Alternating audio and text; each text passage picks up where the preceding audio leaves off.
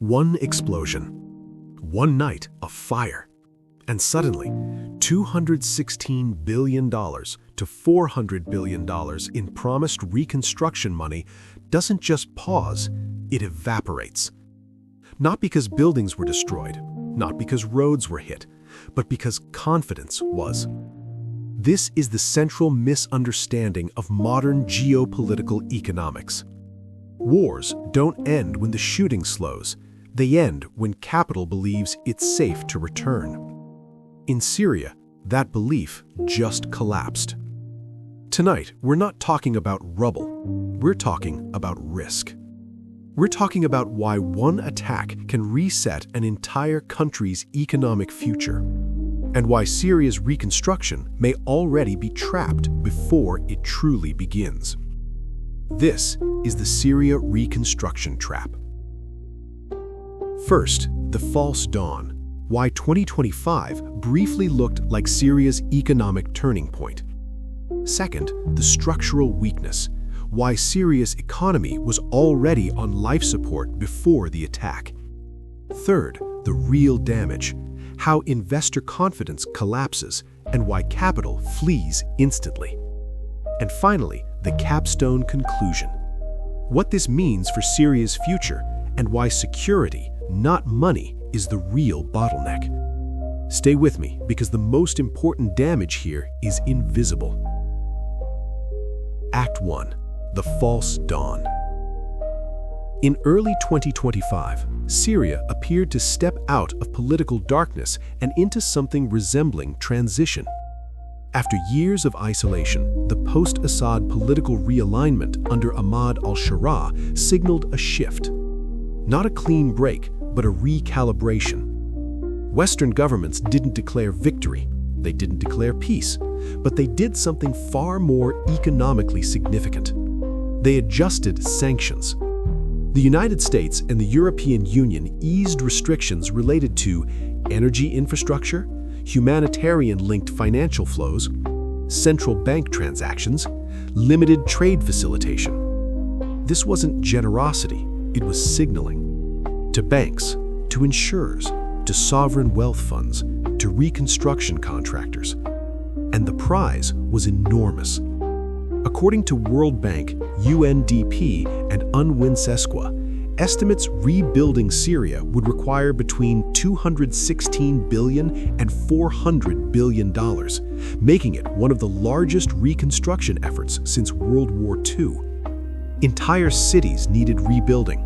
Electric grids needed replacement. Water systems, ports, highways, housing, all gone. For global capital, this wasn't charity, it was opportunity. Gulf states explored infrastructure partnerships. Chinese firms evaluated logistics corridors. European engineering groups quietly assessed power grid tenders. The thinking was simple. If Syria stabilizes, even partially, the returns could be historic. Then came the attack. And in that moment, the false dawn collapsed. Because reconstruction doesn't begin with concrete, it begins with belief. And belief is fragile. Act 2. The structural weakness. To understand why one attack changes everything, we need to understand what Syria actually looks like beneath the headlines. Before the attack, before any new escalation, Syria's economy was already operating in survival mode. International assessments showed over 70% of power plants and transmission lines damaged or non-functional. Over 50% of schools and hospitals unusable. Chronic fuel shortages. Collapsed water treatment infrastructure. Fragmented transport corridors. Electricity in many regions averaged 2 to 4 hours per day. Manufacturing operated on generators, if it operated at all. Hospitals rationed power between departments. The Syrian pound had lost over 99% of its pre-war value. Inflation wasn't measured annually, it was felt weekly. This wasn't a functioning economy waiting for growth, it was an economy waiting for external lifelines. And that's where reconstruction money matters, Because Syria does not have domestic savings, functional capital markets, strong tax collection, currency stability. Reconstruction was never going to be internally funded. It depended entirely on foreign capital. Can a country rebuild itself if every dollar of reconstruction depends on outsiders who can walk away overnight? This is the trap. Syria's recovery wasn't just fragile, it was conditional. Conditional on security, conditional on predictability, conditional on violence not returning. The attack shattered all three conditions at once. Act 3. The investor confidence collapse. This is the core of the story, because the real cost of the attack is not measured in damaged infrastructure. It's measured in capital flight that never even arrives. 1. Security risk is binary, not gradual. Investors don't ask, is Syria safe? They ask, is Syria safe enough? And the answer just became no. One attack proves insurance models fail, project timelines become meaningless, personnel safety cannot be guaranteed, political risk becomes unhedgeable. For global capital, that's fatal. Pension funds can't justify exposure. Sovereign wealth funds can't deploy without guarantees. Engineering firms can't insure staff. Capital doesn't wait for pattern confirmation. It exits on signal. 2. Weaponized interdependence. Modern reconstruction relies on interdependence, cross-border energy flows, international financing, foreign logistics hubs, imported expertise. But in geopolitics, interdependence is not neutral. It can be weaponized. When infrastructure becomes a target, investors understand. Power plants are leverage, ports are pressure points, roads are vulnerabilities. That changes everything. It means reconstruction assets themselves become strategic liabilities. Would you invest billions into infrastructure that could become a bargaining chip or battlefield overnight? 3. The Gulf capital illusion. Much of Syria's reconstruction optimism rested on Gulf money, but Gulf capital is disciplined. It seeks stability, predictability, political insulation. One attack signals the opposite. Gulf funds don't enter unstable environments hoping things improve. They enter after stability is proven. The attack reset the clock back to zero. 4. Western capital's red line. Western capital is even more sensitive. It faces regulatory scrutiny, public accountability, political backlash.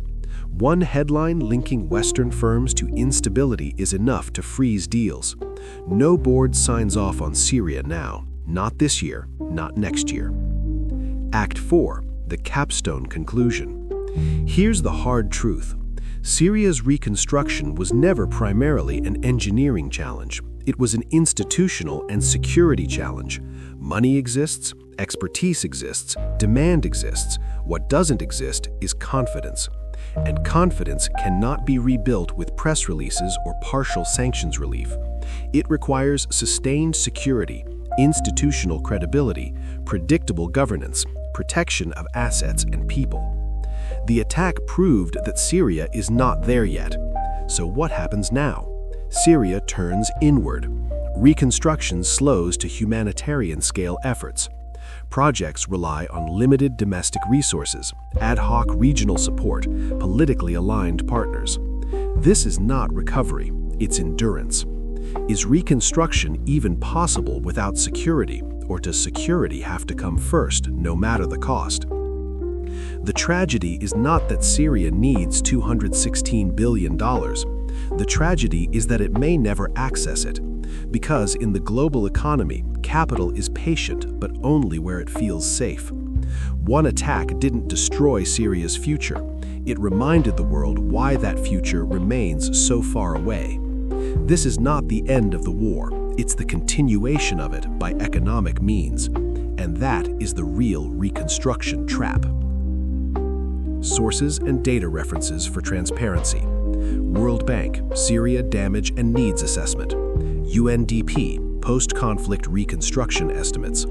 UN Syria Economic Impact Assessments, Council on Foreign Relations, Sanctions, Security, and Capital Risk Analysis, International Crisis Group, Post-Conflict Security Dynamics, IMF, Currency Collapse and Inflation Data. If you want more deep-dive geopolitical economics, structural power analysis, and stories where money reveals the real war, subscribe to the Capstone.